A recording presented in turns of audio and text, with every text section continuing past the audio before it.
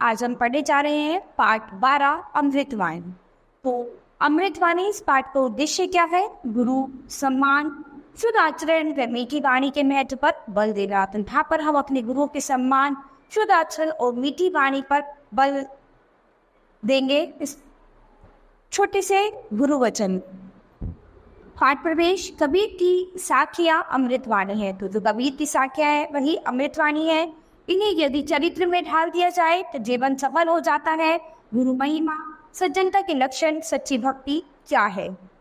वाणी पर संयम कैसे रखा जाए, जानिए कबीर की अमृतवाणी पढ़कर। तो हम अपनी वाणी पर कैसे संयम रख सकते हैं, तो आइए इस अमृतवाणी में पढ़ेंगे।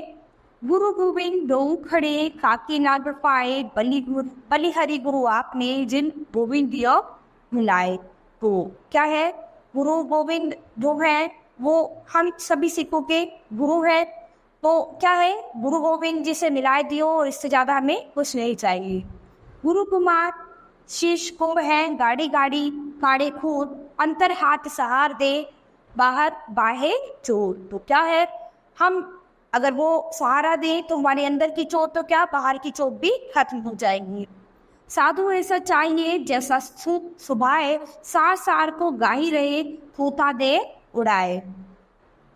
ऊंचे कुल का जन्मिया, करती न ऊंची होए, सुबरन कलश सुरा भरा, साधु निंदा सोए। तो साधु की कभी ऐसे निंदा नहीं करनी चाहिए। ठीक है। माना तो कर मैं फिरे, जीप फिरे मुख माही, मनुआ पोधा जसी फिरे, यह तो सुमिरत नाही। शब्द संभारे बोलिए, शब्द के हाथ न पाओ, एक शब्द औषधि करे, एक शब्द करे घाव। तो शब्द को है बहुत ही सोच समझ के बोलना चाहिए। शब्दों के अपने कोई हाथ पाँव नहीं होते।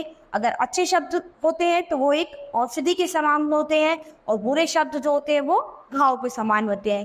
तो शब्दों का फर्क होता है कि अगर आप अच्छे शब्द बोलेंगे तो वो एक औषधि का काम करेंगे, और बुरे शब्द बोलेंगे तो वो घाव का काम करेंगे। तो हमें अपने शब्दों पर कंट्रोल करना चाहिए।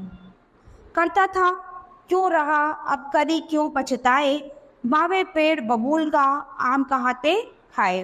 तो क्या है? जो करते हो वो जैसा करोगे वैसा ही पाओगे। तो क्या है? आप कुछ गलत करके पछताना किस बात का? अगर आपने पेड़ बबूल को बोया है तो आम कहाँ से खाओगे? यानी अगर आपने गलत किया है तो आपको गलत ही मिलेगा, और अच्छा किया है तो अच्छा ही पाओगे। तो ये कर्म है, जैसा करोगे वैसा ही पाओगे। अगर अच्छा करोगे तो अच्छा पाओगे, और बुरा करोगे तो बुरा पाओगे। तो आपके हाथ में, आप जैसा व्यवहार करेंगे दूसरों के साथ वैसे ही आपको बदले में मिलेगा।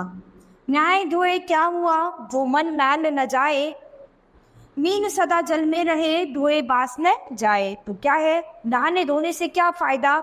जब आपके मन में ही मैल हो तो उससे नहाने धोने का कोई फर्क नहीं पड़ता। जिसके मन में मैल है तो वो कभी नहीं मिट सकता। तो क्या है कि हमेशा इंसान को पानी की तरह रहना चाहिए, एकदम साफ शुद्ध। तो क्या है? उसके मन में किसी भी प्रकार का मैल, पाप, द्वेष अंदर नहीं होना चाहिए। तो क्या है कि इंसान को अपना मन साफ रखना चाहिए। उसके मन में किसी प्रकार का कोई पाप, द्वेष नहीं होना चाहिए, किसी के प्रति घृणा नहीं होनी चाहिए। तो क्या है कि सब कुछ हमारे मन पर निर्भर है। ऊपर से नहाने धोने या पानी डालने से कोई फायदा नहीं है।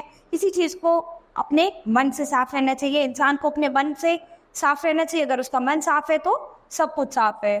तो यहाँ पर ये अमृतवाणी यानी ये दोहे थे। तो इससे हमें क्या पता चलता है? ये अपने गुरुओं का सम्मान कैसे करना चाहिए, इस पर आपको चर्चा करनी है।